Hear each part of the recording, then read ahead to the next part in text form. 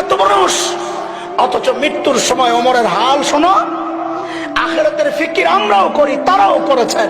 হযরত ওমর মৃত্যু মুখে ইহুদির সন্তান আবু লুলু বিষাক্ত খঞ্জর দিয়া ফজরের নামাজের সময় যখন হযরত ওমরের পেটের মধ্যে চালায়, নারী বুড়ি বের হয়ে গেছে, আহা, কাপড় দিয়ে পেঁচায়া মসজিদ নববীর ফ্লোরে ওমরকে শোয়া দেওয়া হয়েছে।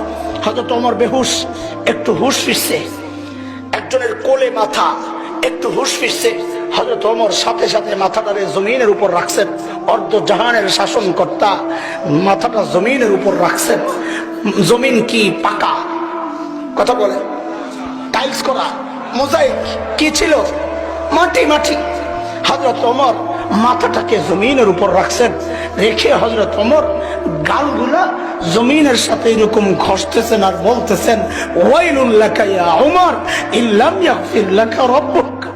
ওমর, তোমার রব যদি তোমাকে ক্ষমা না করে তো তোমার জন্য ভয়ঙ্কর বিপদ অপেক্ষা করছে।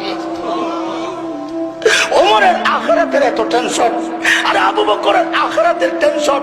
হযরত আবু বকর নির্জনে চলে যেতেন দূরে, যায়া চিৎকার করে করে কাঁদতেন আর নিজেকে ধিক্কার দিয়ে দিয়া বলতেন, ইবনে আবি কুহাফা, ও আবু কুহাফার বেটা, তুই মানুষ কেন হইলি?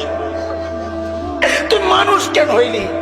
গাছের পাতার দিকে তাকায়া তাকায়া আবু বকর কাঁদতেন আর বলতেন, ইয়া লাইতানি কুনতু ওয়ারাকা, আমি যদি মানুষ না হইয়া গাছের পাতা হইতাম তাহলে তো মালিকের সামনে আমার দাঁড়াইতে হইতো না। ওমরের আখিরাত নিয়ে এত টেনশন, আবু বকরের আখিরাত নিয়ে এত টেনশন। যাদের করা দরকার আমার মতো পাপীদের, তাদের কোনো টেনশন নাই। চেহারার দিকে তাকাইলে বোঝা যায় না মানুষটার আখিরাতের ফিকির আছে। কেন রে ভাই, কে তোমাকে গ্যারান্টি দিল যে তোমার মৃত্যুর যন্ত্রণা হবে না?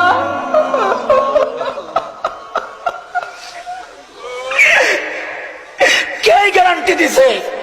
কে গ্যারান্টি দিল যে কবরে আযাব হবে না? আরে ওমর তো গ্যারান্টি পাইছে ওমর ফিল জান্নাহ, আবু বকর তো গ্যারান্টি পাইছে আবু বকর ফিল জান্নাহ। তারপরেও তাদের এত টেনশন। তোমারে কে গ্যারান্টি দিছে? কেন এত বেফিকির হয়ে গেছো?